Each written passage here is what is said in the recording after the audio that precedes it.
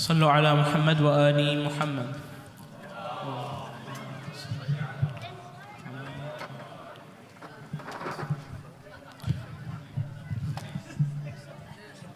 أعوذ بالله من الشيطان الرجيم.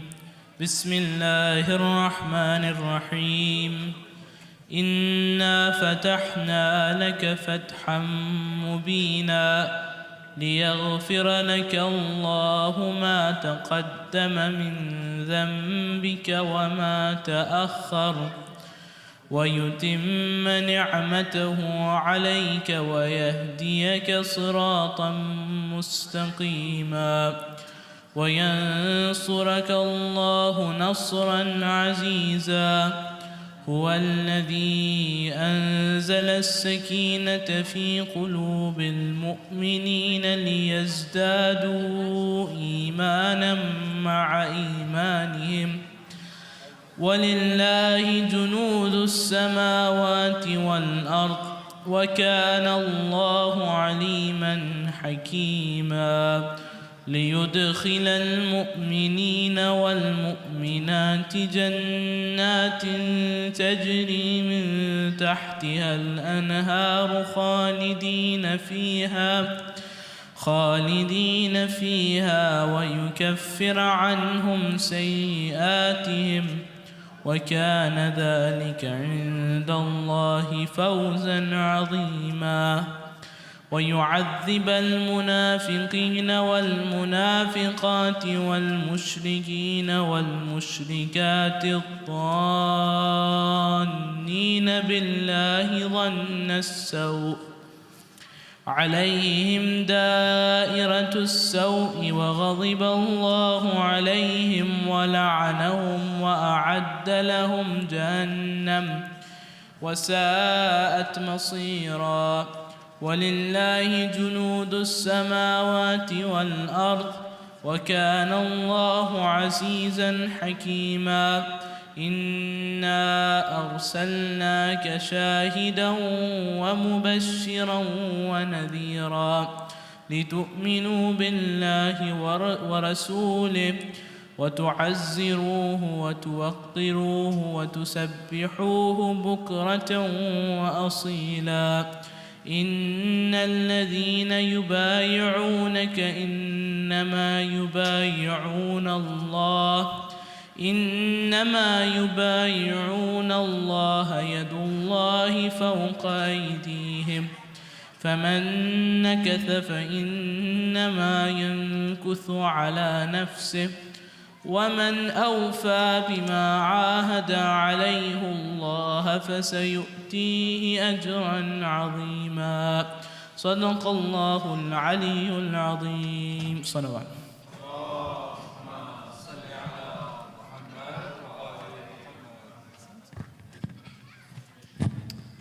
I'll invite now Brother Muhammad Ibrahim to recite Marsiya.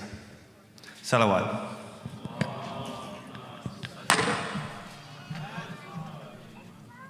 Salawat.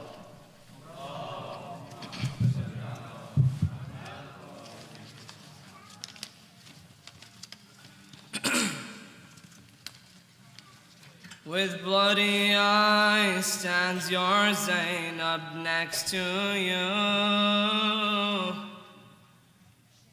Your eyes are closed and your face is also blue.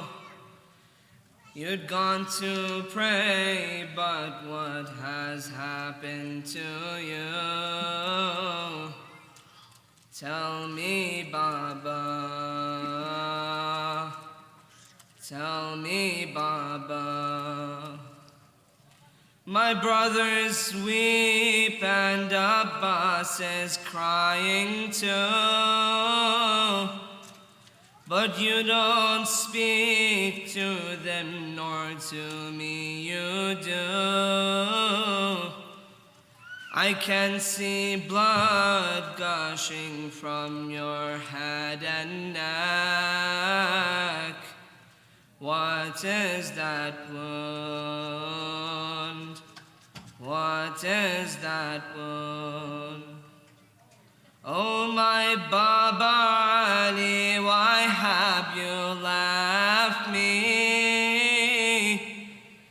I'm standing here to make sure that you see blood in my eyes and what has become of me.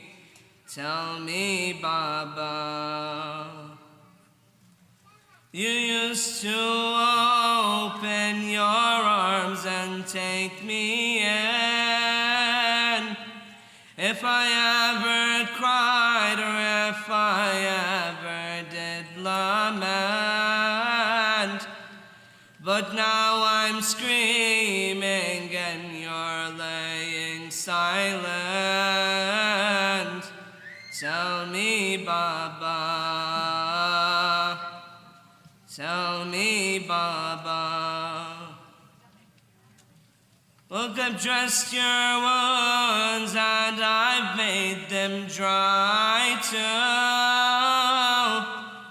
You'll be fine, I know. Come and hug me soon. My heart's now racing. Why am I in a swoon? Tell me, Baba.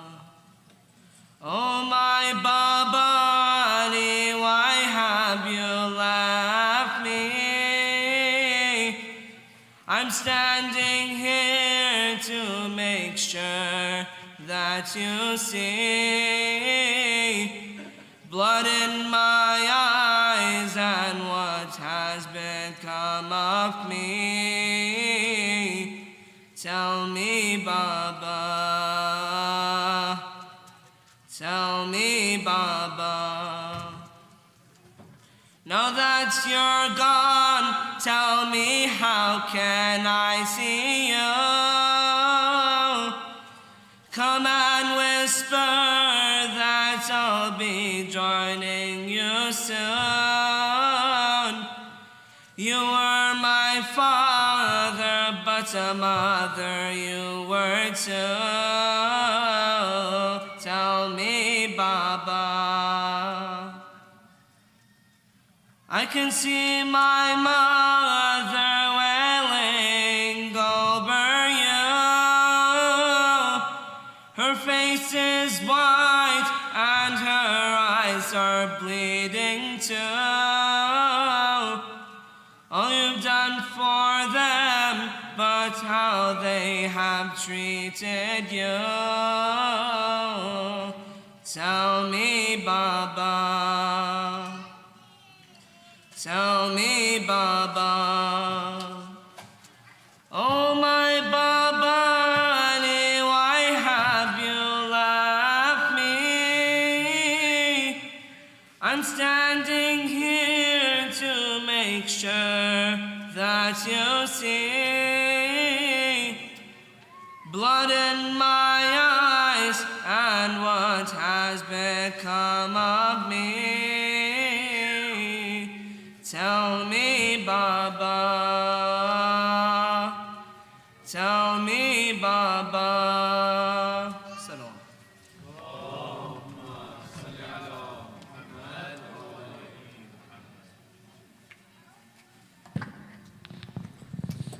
I'll invite Hujjat al-Islam Sayyid Sulaiman Hassan to come to the stage now for Majlis. Salawat.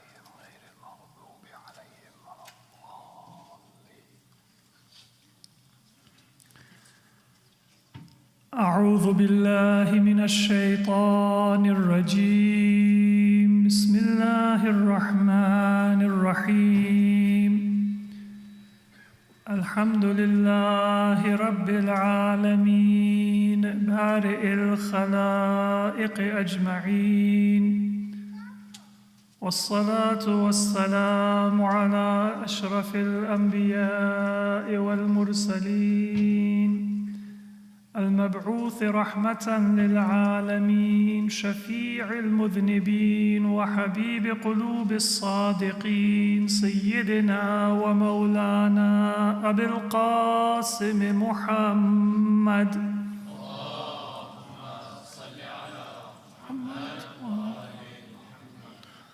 وعلى أهل بيته الطيبين الطاهرين الهداة المهديين ولعنة الله على أعدائهم إلى قيام يوم الدين رب اشرح لي صدري ويسر لي أمري واحلل عقدة من لساني يفقه قولي أما بعد فقد قال الله عز وجل في القرآن المجيد والفرقان الحميد بسم الله الرحمن الرحيم قل إن صلاتي ونسكي ومحياي ومماتي لله رب العالمين صلوا على محمد وآل محمد.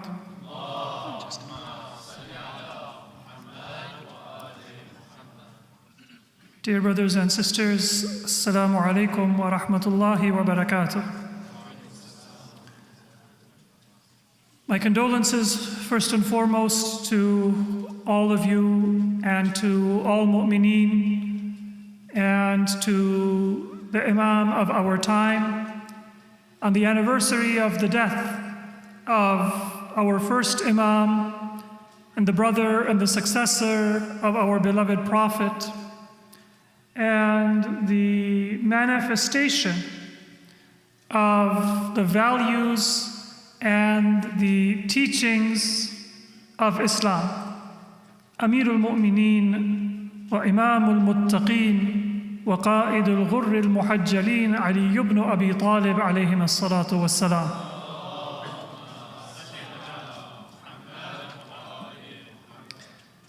And along with the martyrdom of Imam Ali, all of the other very tragic events and martyrdoms that we have experienced in the last few days.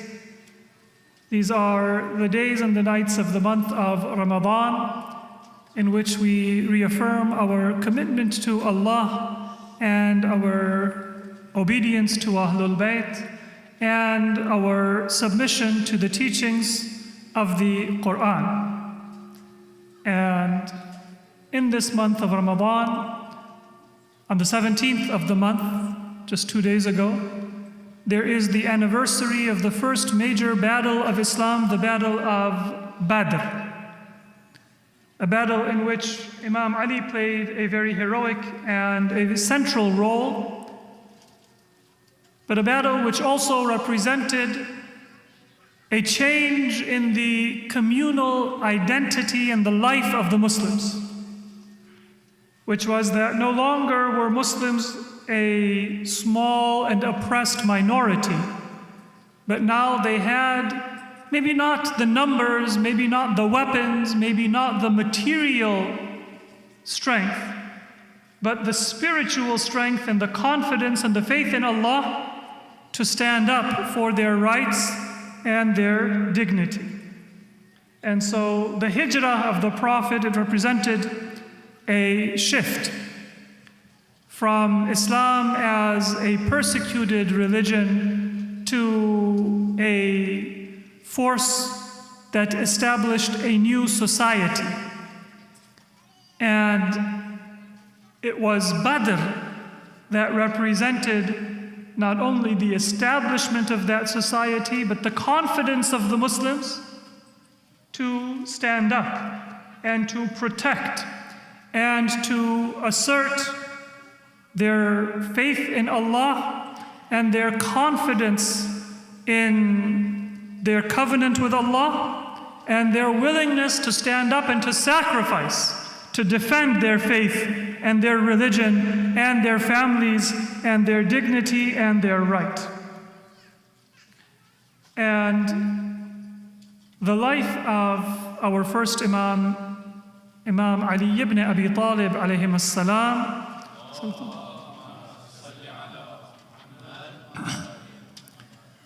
it is very closely affiliated with the establishment and with the spread of Islam.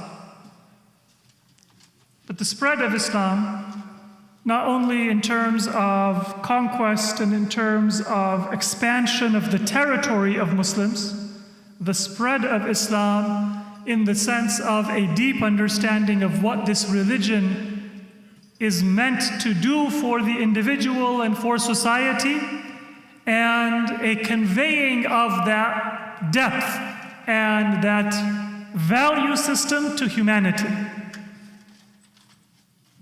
So in many ways, those who look at the life of Imam Ali with a material lens, they don't appreciate the character and the uniqueness of the teaching and of the conduct of Imam Ali. Come and let's look at the early period of history after the death of the Prophet, and we can see those two different perspectives. Arabs before Islam, they lived not only in Hijaz and in the Arabian Peninsula, but they also lived in present-day Iraq, they lived in present-day Syria. So when we speak of the conquests, some people have this false impression that Arabs were only in Mecca, Medina, Ta'if, maybe in Yemen, in just a small area of Hijaz or the Arabian Peninsula, and then all of a sudden the Arabs spread out and they conquered all of this territory in Syria and in Iraq and elsewhere. And that is not historically accurate. What was true is that those Arabs that lived in Syria or lived in Iraq, they were politically under the dominance of the powerful empires of their time. And religiously also, many of them were Christian. Many of them may still have been half Christian and half idolatrous. Some of them were still idolatrous. So in Syria, the tribe of Kalb was an Arab tribe, but it was Christian. The tribe of Tayy', originally Yemeni, but had migrated to northern Arabian Peninsula and Iraq, where Hatim al-Ta'i, the famous, very generous Arab chieftain, was from. They were also Christian. Adi ibn Hatim, the son of Hatim al-Ta'i, he accepted Islam and he was a companion of our Prophet, and then he was a very loyal companion of Imam Ali alayhi salatu wassalam in all of his battles and throughout his period of outward governance. So they were from originally a Christian Arab tribe that lived in Iraq.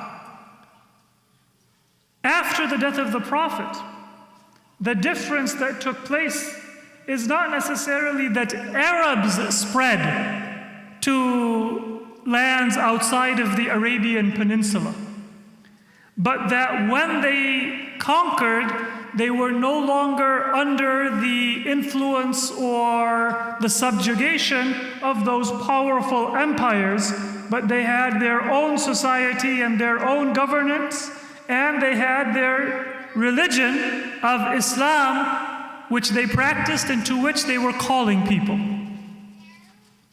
And for many Muslims, that was a great source of pride, that within decades of the death of our Prophet, we had conquered Syria and Iraq and Persia and Egypt and North Africa. And in the West, we had gone all the way to present-day Spain. And in the east, we had gone all the way to the borders of China. That was a spread of Islamic governance. But was it a spread of the justice that Islam preached? Was it a spread of the values that our Prophet upheld and that he practiced and that he preached? We can see in history the many ways in which the geographic spread of a Muslim government did not correspond to a principled spread of Islamic justice and Islamic values. And all of the fitna and the corruption and the sedition and the differences and disunity that we have in the Muslim world until the present day, it is because of some of those failings of the Muslims in that early era. So this is one part of the early history of Islam after the death of the Prophet, in which many Muslims, they take pride. That we had conquests, and we had a record-breaking speed of expanding our empire and our domain. And that was true of the period of the first caliph, Abu Bakr ibn Abi Quhafa, the second caliph, Umar ibn al-Khattab, and the third caliph, Uthman ibn Affan. But then they come to Imam Ali. And they say, in the time of Imam Ali, that period of conquest, it came to a halt. Now the borders were not expanding that fast. If the same pace had kept place, then maybe the rest of Africa and the rest of the northern Mediterranean lands and maybe east into Asia, that should also have entered into the dominion of Islam. If the same pace of territorial expansion occurred in the time of Imam Ali that occurred before. And so for some Muslims, this was a setback, this was a disappointment. And you will even find historians who go so far as to say that Imam Ali was too principled. And because of his justice, because of his lack of compromise, the government was not able to maintain stability and it was not able to spread. Today, in particular, in light of current events, we can say that is the Dubai model of progress. You build a skyscraper and a very flashy mall, and you import foreigners who have a university and they teach and they have a state-of-the-art medical system, and you say, wow, look at our progress. What have you done? It is a very beautiful building, but the foundation is on sand. It is not anything that is solid. And you will see in the coming weeks and in the coming months and years that when you spend those billions of dollars and you invest, that you might end up with less than nothing. Because there is no foundation, there is no culture of valuing study and sacrifice and scholarship and effort and even material progress, but there is a culture of exploitation and a culture of excess and luxury, and it looks great until everything collapses. And when it collapses all of a sudden. It's anachronistic. It's not historical for me to say that the caliphs followed the Dubai model. We can say that Dubai followed the caliphal model. But for people who were enamored, that might have seemed very attractive. And some of you are probably familiar with Muslims who were saying, you know what, maybe we should move to the Gulf. And it's probably a better place. You all know that there were these groups and people making active plans. I don't know if those groups have disbanded or if they're still there, but this is the allure of that outward progress. We see it in Islamic history. And those people, they come to Imam Ali and they say all of this worship and all of this justice, and where is the prosperity? Where is the territorial expansion? Where is the material success that we want to see? And they will judge it perhaps harshly. But if you look with the wisdom that comes from experience and with the eyes that have read and studied and seen the 1400 years of history of Islam, then what is it that has sustained the scholarship and the spirituality and the rejuvenation of Islam and the Islamic spirit, but the teachings and the character and the example of Imam Ali ibn Abi Talib alayhi salatu wassalam,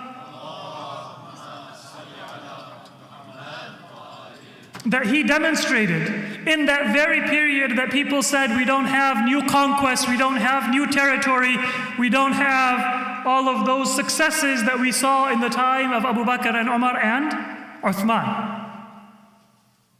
Because Imam Ali was not going for that flashy, visible expansion, but he was building the foundation upon which the religion of Islam would be able to sustain itself in the period after the death of the Prophet. This was in fact the task that our Prophet had given Imam Ali in order to ensure the continuity of the religion.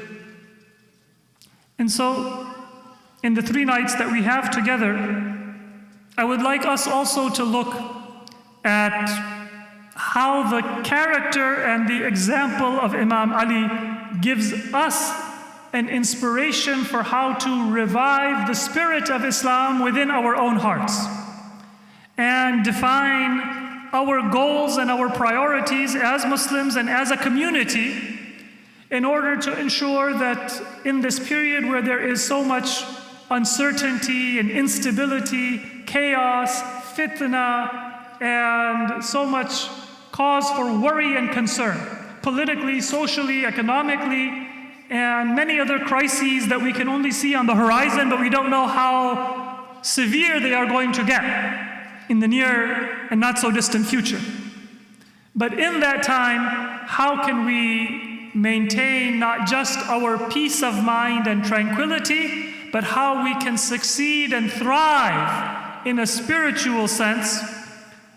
That example we learn from Ahlul Bayt, and first and foremost from our first Imam, from Imam Ali alayhi salatu wassalam. Salawat ala Muhammad wa ala Muhammad.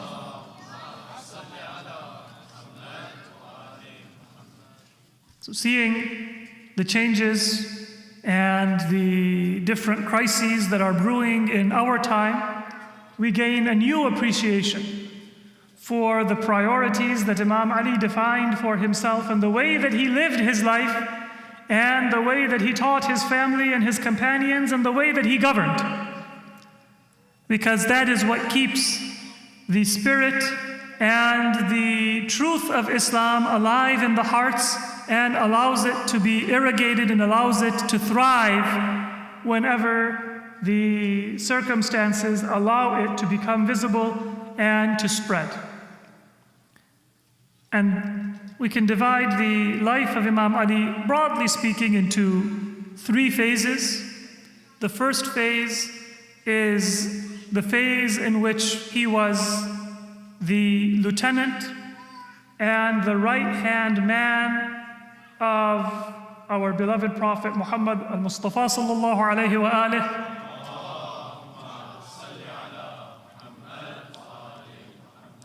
The second phase, in which he was the successor of the Prophet and the true Imam, but he was not given the outward recognition of his authority, and that was about 25 years of his life after the death of the Prophet. in which the Imam was not silent. He was active, and he was guiding, and he was leading, and he was building. But from the perspective of the Ummah, we can say what a colossal waste it was that Imam Ali lived 30 years after the death of the Prophet, and for 25 of those years he was marginalized and he was not given the recognition and the leadership that was his due. And if you want to know what a loss it was, if you want to know what a colossal squandering of a divine gift it was, then that third and final stage of the life of Imam Ali demonstrates it. All of you have heard of, and many of you may have read Nahj al-Balagha, that beautiful collection of just one small part of the brilliance of Imam Ali. Nahj al-Balagha, it consists of three main sections. The first section is the khutab of Imam Ali. Khutab, plural of khutbah, the sermons. And those sermons are from the period of his imamat.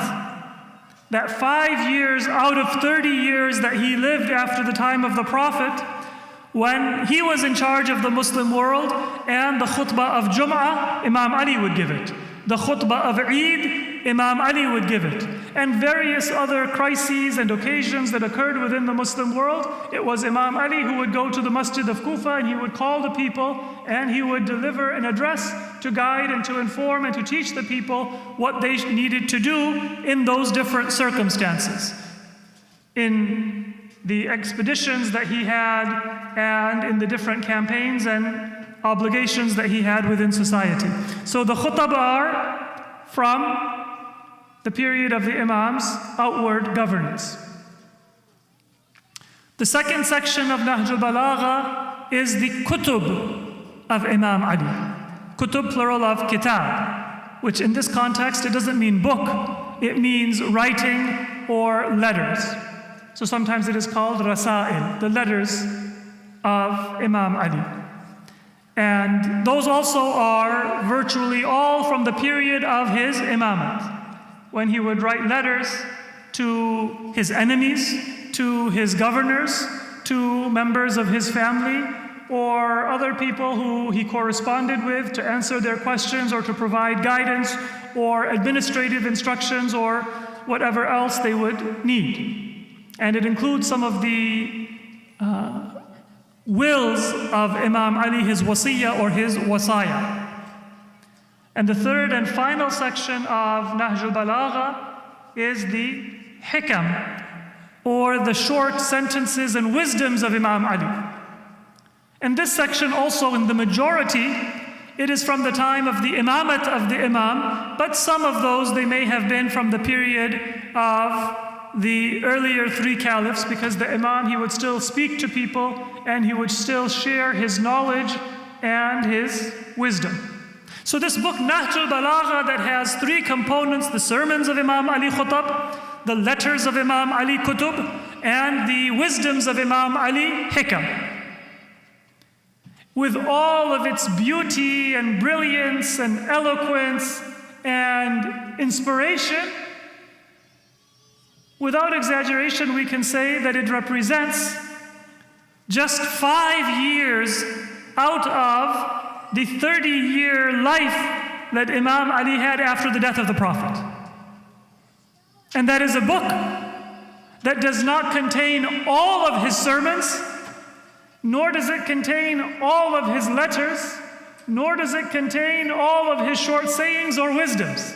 But it is still a book, the like of which does not exist anywhere else in Islam.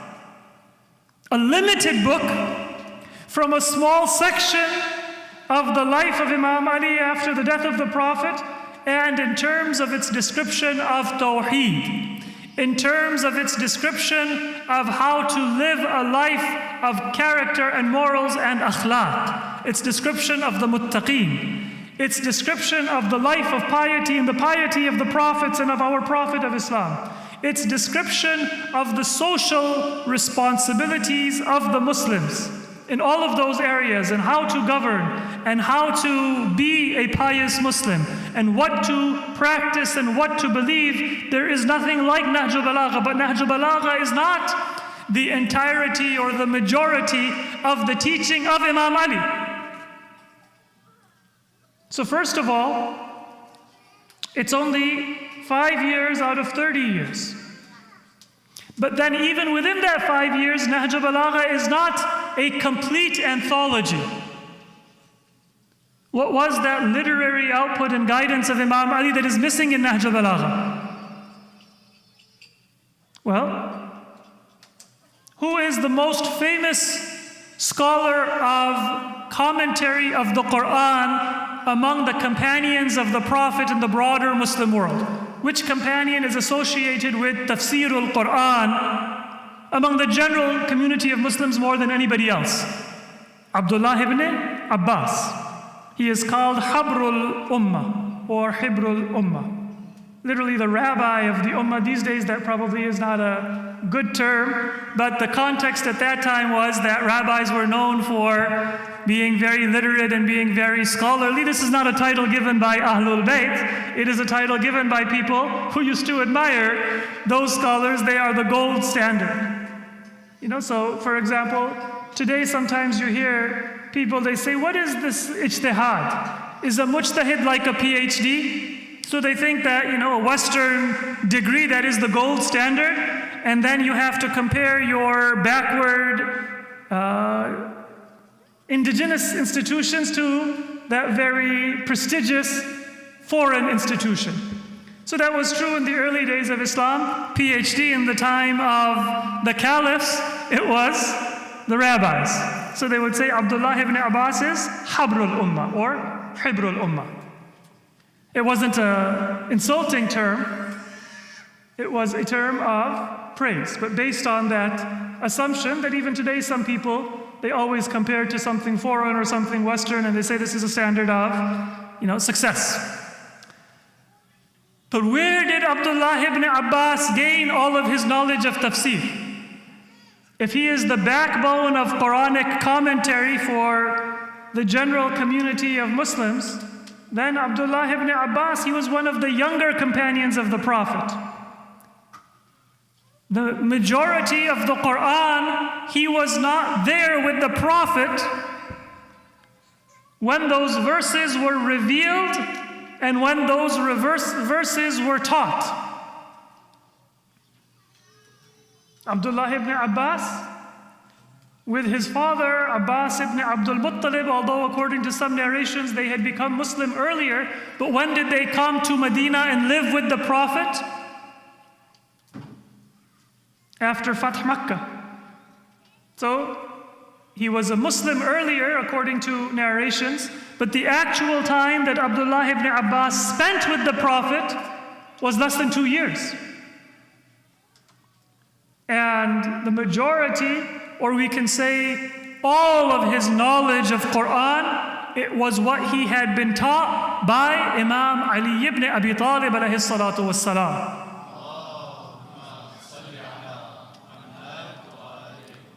And for the ummah that had decided to ignore Imam Ali, they said that Abdullah ibn Abbas is an ocean of knowledge. But in reality, Abdullah ibn Abbas had a drop in the ocean of knowledge that was the knowledge of Imam Ali alayhi salatu wassalam. So if he is the backbone of Quranic tafsir, then that is just a drop in the ocean of the knowledge of Quran that Imam Ali had. But Nahj al-Balagha doesn't contain the commentary of Quran from Imam Ali. And in fact, for various reasons, we have narrations that have come from Ahlul Bayt, but we don't have access to all of that explanation of the Quran that Imam Ali had in his chest and that he was ready to convey if there were people who were going to listen and learn. So Nahj al-Balagha, no doubt that it is a great book. But one big chapter that is missing, not from Nahj al-Balagha because those sources did not really come down, but that were part of the life of Imam Ali, that were part of the teaching of Imam Ali, that were part of the knowledge and the brilliance and the eloquence of Imam Ali, the Quran, that is largely unknown because it has not been transmitted and preserved in its completion to the Muslims of later generations. Then another part of the life of Imam Ali was his ibadah and his dua and his munajat. Which of our Imams is most known for his ibadah and dua? Our fourth Imam, Imam Zainul Abidin. And Allah knows best, but sometimes the thought comes into my mind that maybe Allah had destined for Imam Zainul Abidin to be named after his grandfather Imam Ali in order to revive the memory of the ibadah of Imam Ali. Imam Zainul Abidin had the same name, and he was known for the beauty of his ibadah. And maybe one of the reasons for that and the wisdom of that was that Imam Ali had such a comprehensive personality, and he was such a role model in every area of Islam that certain areas of his teaching and his character were not understood or appreciated as they should have been. Not because they were not present in his life, but because his bravery was so much, his eloquence was so much, his justice was so great, that certain other areas of the perfection and the greatness of Imam Ali, they were not visible to people. And so it is as if Allah said that this is not to be hidden.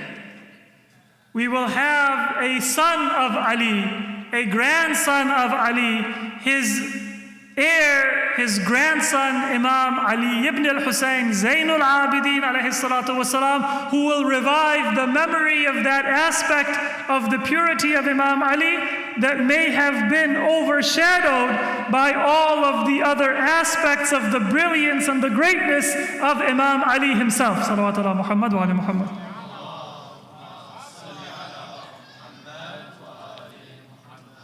So we say for our fourth Imam that he is Zainul Abidin, the adornment of those who worship.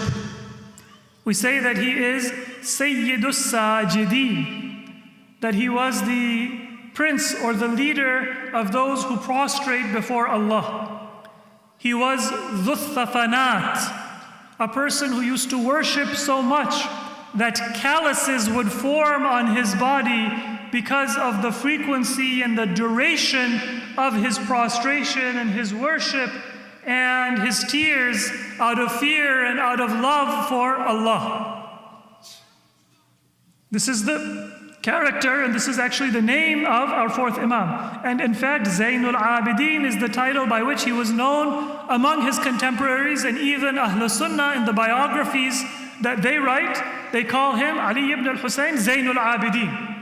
This was the known uniqueness of our fourth Imam among even people who did not recognize his imamat. But there is a very beautiful narration that one night, after an entire night of ibadah, and tonight is a night of ibadah, it is one of the nights of Qadr. After an entire night of ibadah, our fourth Imam said to his son, Imam Muhammad al-Baqir alayhi salam, O my salawat ala Muhammad wa ali Muhammad. O my son, bring to me in a chest that they had at home that book in which has been written the ibadah of my grandfather Amir al-Mu'mineen. Now, this is also a reminder and a lesson for our families. Imam Ali was a ma'soom. And of course, to write down his ibadah, this was an obligation not only for Ahlul Bayt as a family history, but for all of humanity as a heritage and a role model for all of us. But it is important for us also to preserve our family stories and heritage and history. Know where you came from. This society, people often forget where their family is from. Within 2 generations or 3 generations, they don't remember. Where are we from? And what were the stories and the sacrifices of our ancestors? Many of us, we come from a history or a legacy where maybe there is a majlis that has been going on maybe for hundreds of years or for generations. There are certain acts of devotion for Ahlul Bayt that have been handed down as a sacred legacy from parent to child across war and refugee status and economic hardship and migration, but that heritage, it continued, that you are going to cross the ocean, but you are going to keep this legacy, you are going to establish this majlis, you are going to remember the sacrifices of Imam Hussein in Karbala. And it is my fear that many of those legacies, when people come to this country, and now they're not refugees, now they are not in economic hardship, they are prosperous, they have rights, but that legacy will be forgotten or it will die. Because nobody is going to ask their mother, or nobody is going to ask their grandfather, or nobody is going to preserve that sacred practice and build upon it. Not only preserve, but to increase and to expand. So Ahlul Bayt, their practice is sacred because not only was Imam Ali the grandfather of Imam Zain al-Abidin, but he was our first Imam, he was our leader, our role model for all of humanity. It was not just a family legacy, but we are also to model our own behavior and our own actions on the actions of Ahlul Bayt. And if there is a pious practice that our parents established, that our grandparents established, then it should be a matter of great pride for us that I am going to continue that practice. I am going to build upon that practice. I am going to pray to Allah to give me more material success so that I can add to that spiritual legacy that I have received from my parents. Their good deeds, their charity, the volunteering, the majlis, whatever good deeds they did, that should not end with them, but it should continue and it should be built upon by the coming generations. And not only will I do it, but I will teach it and I will pass it on to my children. So what did Imam Zain al-Abidin say? He said that, "Oh my son, in that chest we have a book. In that book we have written the ibadah of your great-grandfather, my grandfather, Imam Ali." And Imam Baqir brought it. And then Imam Zain al-Abidin, after having spent the entire night in ibadah, imagine those of you, inshallah, who are going to have the tawfiq, maybe you have planned to spend the entire night tonight in ibadah, and you're going to be awake until Fajr time. Some of you, you may have done it even in the past nights that were not Layali al-Qadr, and may Allah increase your tawfiq. But many of you, you will try to do that today. Imagine now, at Fajr time, you're going to feel like, wow, spent an entire night in ibadah. I did something. I accomplished something. If only I could see how many castles and how many gardens and how much silk and gold Allah has stored for me in the hereafter, it might be too much for me. But Imam Zain al-Abidin, he said, bring that book, and then he read it and he began to weep. And that Imam who was known for his ibadah and his worship to all of humanity, he said, Man yutiqu ibadata Amir al-Mu'mineen.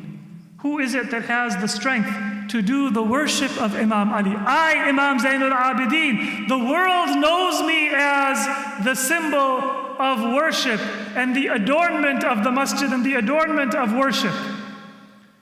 But I cannot even imagine and I cannot even replicate the worship of my ancestor Amir al-Mu'mineen. So Imam Zain al-Abidin, he did the worship, but he also revived the memory of the ibadah of Imam Ali to give us that ideal and that aspiration. And why is it important for us to mention that tonight? Because inshallah, this is not to make you hopeless. It isn't to say, oh, if Imam Zain al-Abidin spends his entire night in worship and says that nobody can measure up to Imam Ali, not even I, then what am I going to do? Maybe I can just go ahead and go to sleep. No, it is for us to aspire higher. But for us, even if we spend the entire night in ibadah, and even if you don't look at your phone once, and even if you don't waste your time in gossip once, at the end of that night of ibadah, you still turn and you say, this is a drop in the bucket of what I learned from Imam Zain al-Abidin. It is less than a drop in the bucket of what I learned from Amir al-Mu'mineen. So you do that worship, but it increases you in love and admiration for them and in humility before Ahlul Bayt and before Allah subhanahu wa ta'ala. So your engaging in worship increases your thirst and your love and your longing and your desire to worship more. It doesn't fill your heart into say, all right, I've done my quota for the year, 1 night or 3 nights of Laylatul Qadr, and then inshallah next year we will see if we have the time and the stamina and we will do it again. Salawatullah Muhammad wa ali Muhammad.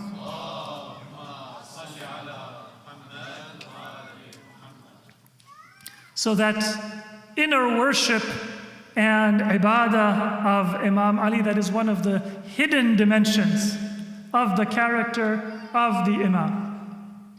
The verse of Surah Al-An'am that I recited at the beginning of this majlis, and that will be our theme, is the defining aspect of the life of Ahlul Bayt.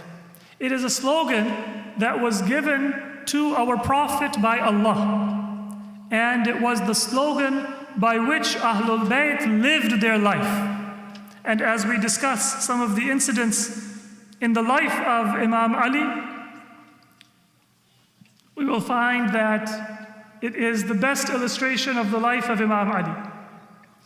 And this should be the slogan for each and every one of us.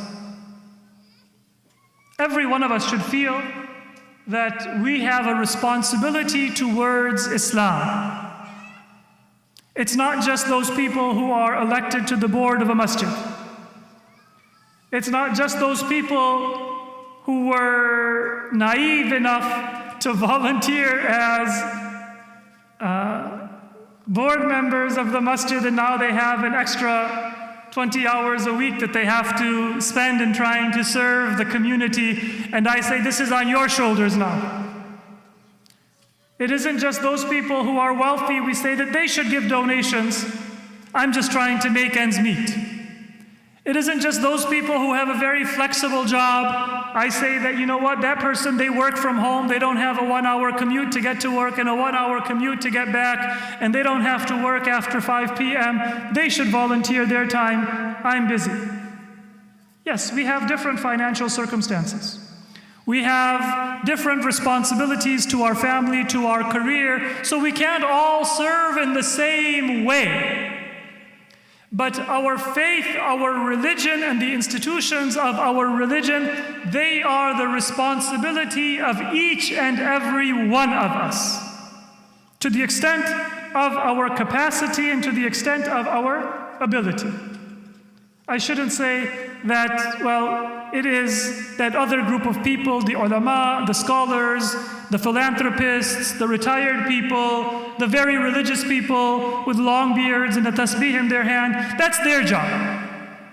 It is your job and my job and every one of our responsibility to devote ourselves above all else to the strengthening of our community and our religious institutions in whatever way we are able to do. The slogan that Allah commanded our Prophet to live by, Qul, and that our Prophet taught Ahlul Bayt to live by, and that Imam Ali embodied and that you and I are to embody. Qul, inna salati wa nusuki wa mahyaya wa mamati lillahi rabbil alameen. Say, my worship, my ritual, my life, and my death are dedicated to Allah Azza wa Jal. And tonight is the first of the nights of Qadr. After this majlis, we will have a brief a'mal for those of you who may have to go to work or school or not be able to stay for a long time, so please stay briefly after the a'mal. And then for those of you who are able to stay longer, we have, for the first time this year, extended a'mal tonight and also on the 21st of the month of Ramadan, and we will have, as we do every year, extended a'mal on the night of the 23rd of the month of Ramadan. So this is one example for us of dedicating ourselves to worship. But what happens in our communities? Many of you will have witnessed this in the past. The greatest attendance that we have in our masajid is on the 23rd of the month of Ramadan. If you see our masajid on Laylatul Qadr, especially the 23rd of the month of Ramadan, you will say, why doesn't Imam Mahdi come? What is he waiting for? Everybody is here, so enthusiastic, such beautiful worship, everybody is there. And then the answer to that is, come on the 24th. Because yes, on the 23rd, everybody is there. Right? فِيهَا يُفْرَقُ كُلُّ أَمْرٍ حَكِيمٍ. I need to get into medical school. I need to get married. I want to have a child. I'm looking to buy a house and housing prices are high. I have a need, I have a haja. Then you come to Laylatul Qadr. Those of us who are more spiritually inclined, I have so many sins. I knew I shouldn't have gone to that movie. I knew I shouldn't have listened to that friend. I knew I shouldn't have done that. But now I want to repent. And so these are personal hajat. Some are better than others. Yes, istighfar is an important part of what we should do every night in the month of Ramadan, and in particular in Laylatul Qadr. But those are still small hajat. They are good, they are worthy, but that is a small thing. If my true haja, that I live my life for Islam, is in my heart, then I will say that before I pray for anything else, I will pray for the appearance of the Savior of humanity, of the heir of Muhammad, wa Ali Muhammad, all of our Imams, the one for whom Amir al-Mu'mineen used to pray, the one for whom Fatimatu Zahra used to pray, the one whom our Prophet prophesied, our Imam Mahdi alayhi salatu wassalam.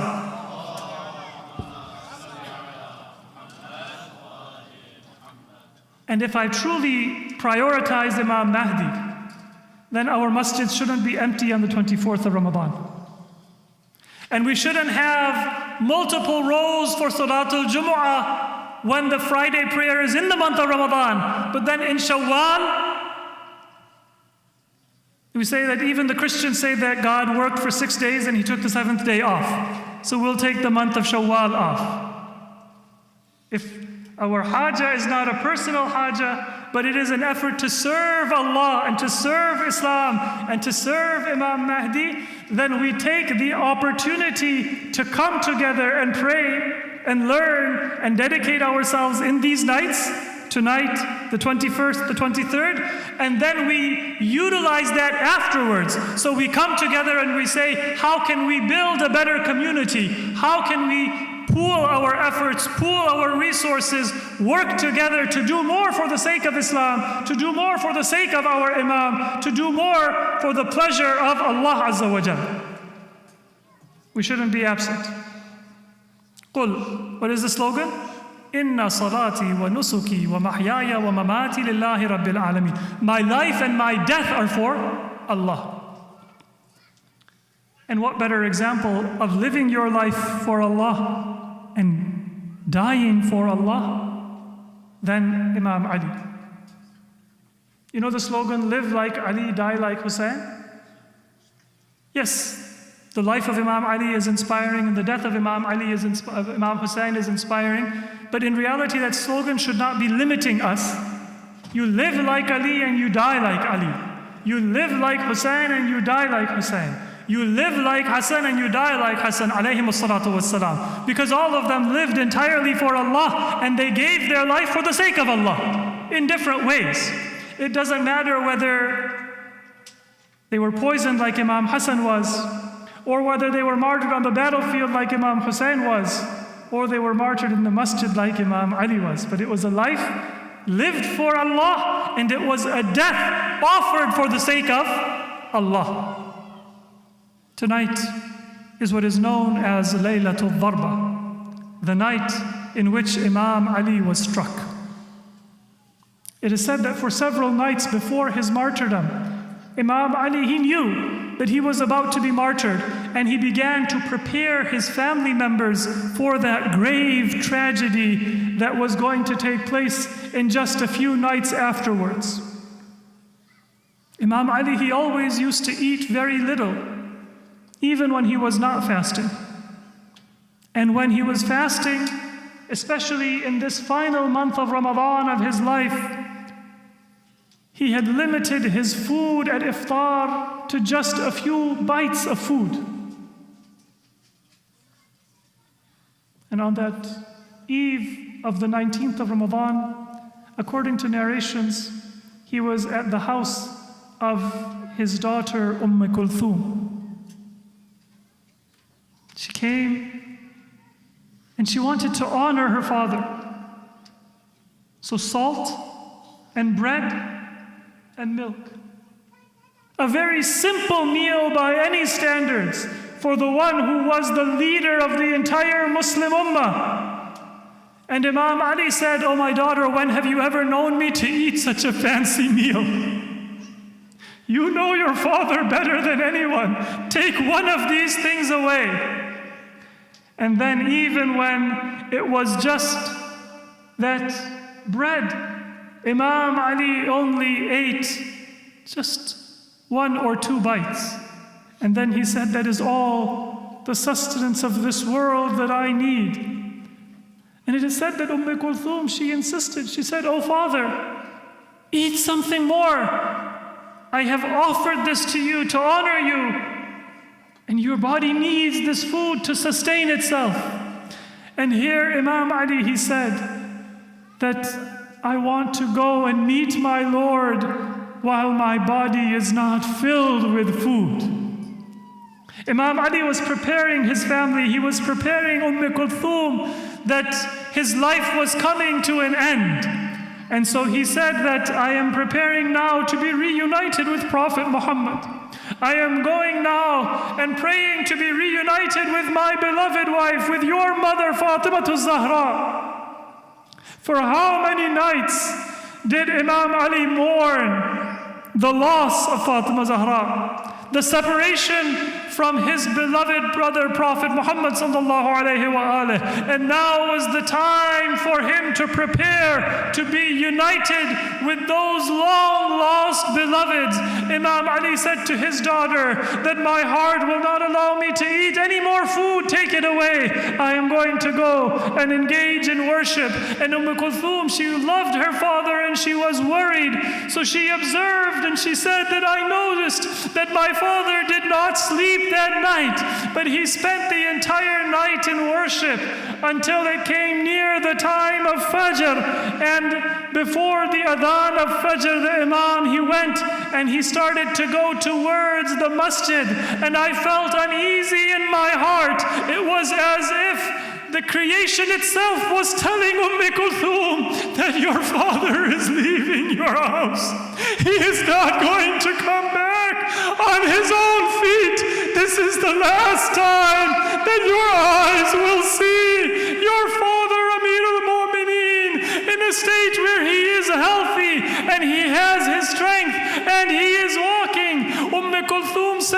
that, "Oh Father, can you send Imam Hassan to lead the prayer?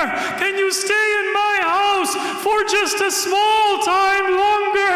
For I don't know when I will have this honor to be your host again." And Imam Ali said that, "No, it is the time for prayer that is approaching. I am going to go to the masjid and rouse the people who are in the masjid and ready them for prayer." The Imam Ali left the home, and it is said that there were some birds that were outside, and when Imam Ali left, they raised a commotion and they came towards the Imam, and they began to grab with their beaks at the cloak of the Imam. And the family of the Imam, they came outside and they wanted to move those birds away in order to clear a path for the Imam. And the Imam said, "Da'uhunna fa innahunna nawaih." Leave them, for they are mourning in their own way. They do know that the Imam of humanity and the greatest of God's creation is bidding farewell to this worldly abode. The Imam went towards the masjid, and there he found Ibn Muljam, who was sleeping. Gently the Imam roused him, and when he awoke, the Imam said that the time for prayer is approaching. Even towards his killer, the Imam showed kindness and reminded him of worship and gave him a chance to save his soul from eternal punishment. And then the Imam, he went towards his mihrab, where he had spent so many nights in prayer, where he had spent so many nights with tears streaming down his face in prostration, where he had roused the Muslim ummah to come and to support him in fighting against Muawiyah and the enemies of the truth.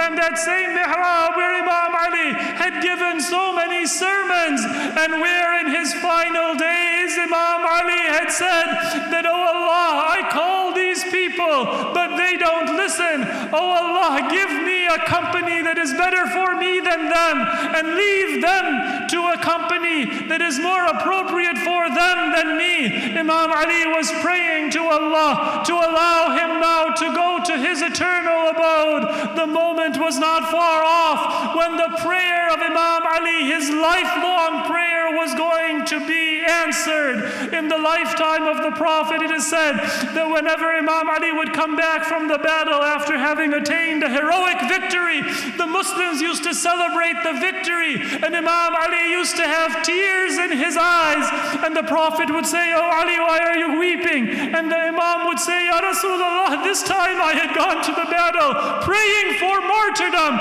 but Allah did not honor me with martyrdom." And the Prophet would say that, "Oh my brother Ali, Allah will honor you with martyrdom, but you have a further struggle to engage in.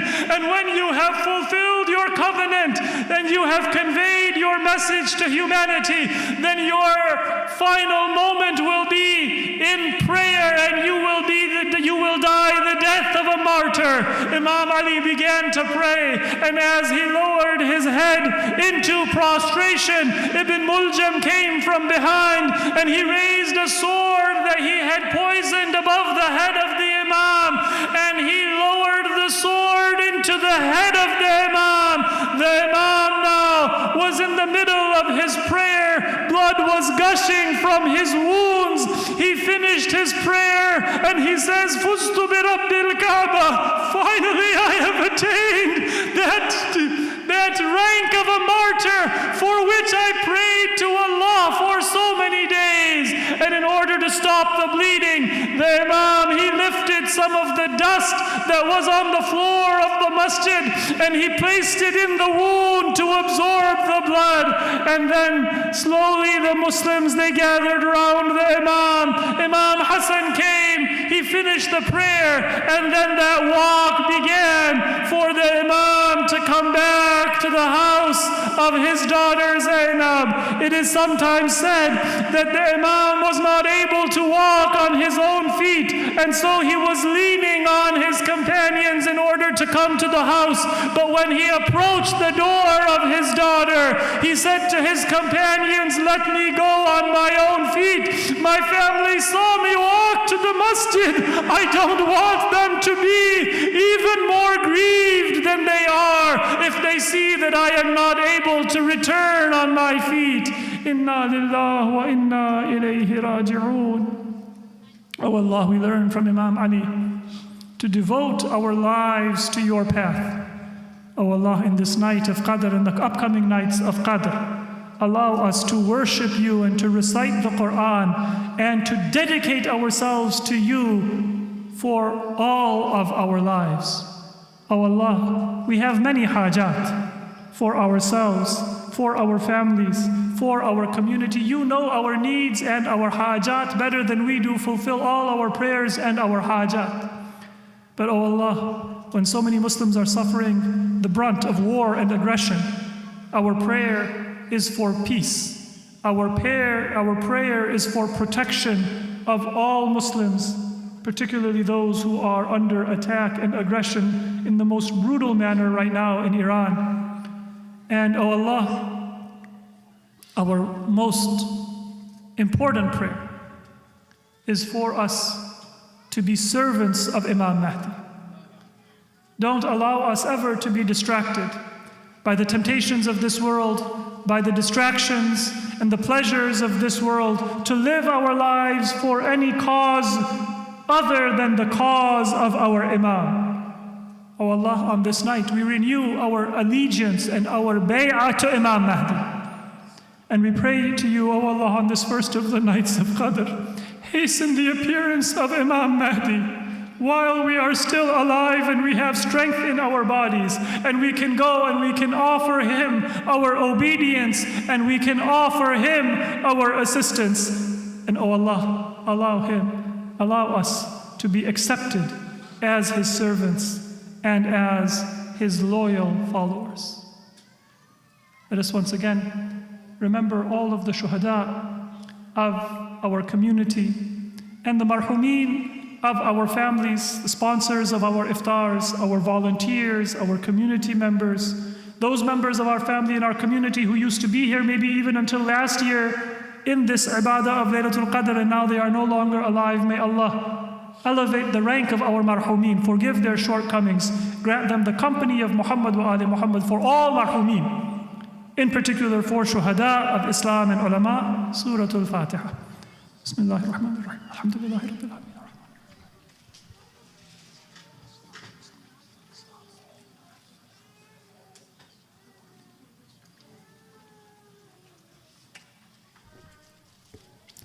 Salawat ala Muhammad wa Ali Muhammad.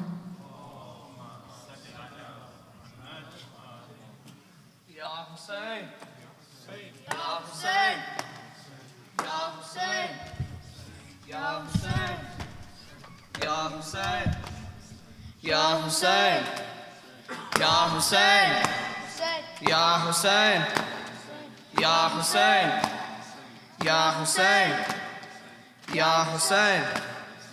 Ali, Ali, Ali, Ali, Ali, Ali, Ali, Ali, Ali, Ali, Ali, Ali, Ali, Ali, Ali, Ali. Everyone. Ali, Ali, Ali, Ali, Ali, Ali, Ali, Ali, Ali, Ali, Ali, Ali. The strike of the sword has killed Ali. Ali, Ali, Ali. Everyone. Ali, Ali, Ali, Ali. Ali, Ali, Ali. The night of 19th Ramadan, awaiting the Fajr Adhan. The land is quiet and calm, but crying for my Imam. Ali, Ali, Ali, Ali, Ali, Ali, Ali, Ali, Ali, Ali, Ali, Ali, Ali. He leaves his daughter's home towards the masjid's dome. She weeps, Father, don't go, and her tears begin to flow. The strike of the sword has killed Ali. Ali, Ali, Ali,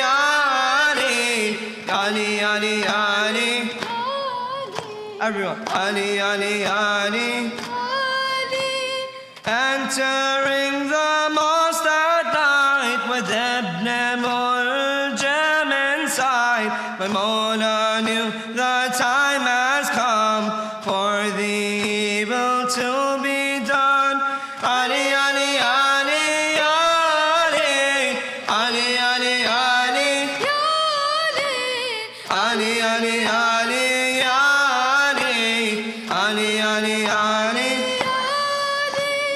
Mawla said, "O cursed man, arise and do the bad you can. I am not afraid of your deed. By my Lord, I will succeed. The strike of the sword has killed Ali. Ali, Ali, Ali. Ali, Ali, Ali. Ali, Ali, Ali. When Haidar's head was in sujood, Jibreel descended reciting the road, knowing the blood of Ali would be shed. Ya Ali, Ya Ali, the angel said, Ali, Ali, Ali, Ya Ali, Ali, Ali, Ali, Ali, Ali, Ali, Ya Ali, Ali, Ali, Ali. With full force when the poison sword spit on his head, oh my Lord, the heavens and the earth cried aloud, angels weeping, their heads bowed. The strike of the sword has killed Ali. Ali, Ali, Ali, Ali, Ali, Ali, Ali, Ali, Ali. The Lion of Allah, wounded in pain, calls his son Hassan, Abbas and Hussein, "Take my body and take me away. For children, this is Allah's way. The strike of the sword has killed Ali. Ali, Ali, Ali, Ali, Ali, Ali, Ali, Ali, Ali, Ali, Ali, Ali. Ali, Ali, Ali, Ali, Ali, Ali, Ali, Ali, Ali, Ali, Ali, Ali, Ali, Ali, Ali. Ya Hussein, Ya Hussein, Ya Hussein.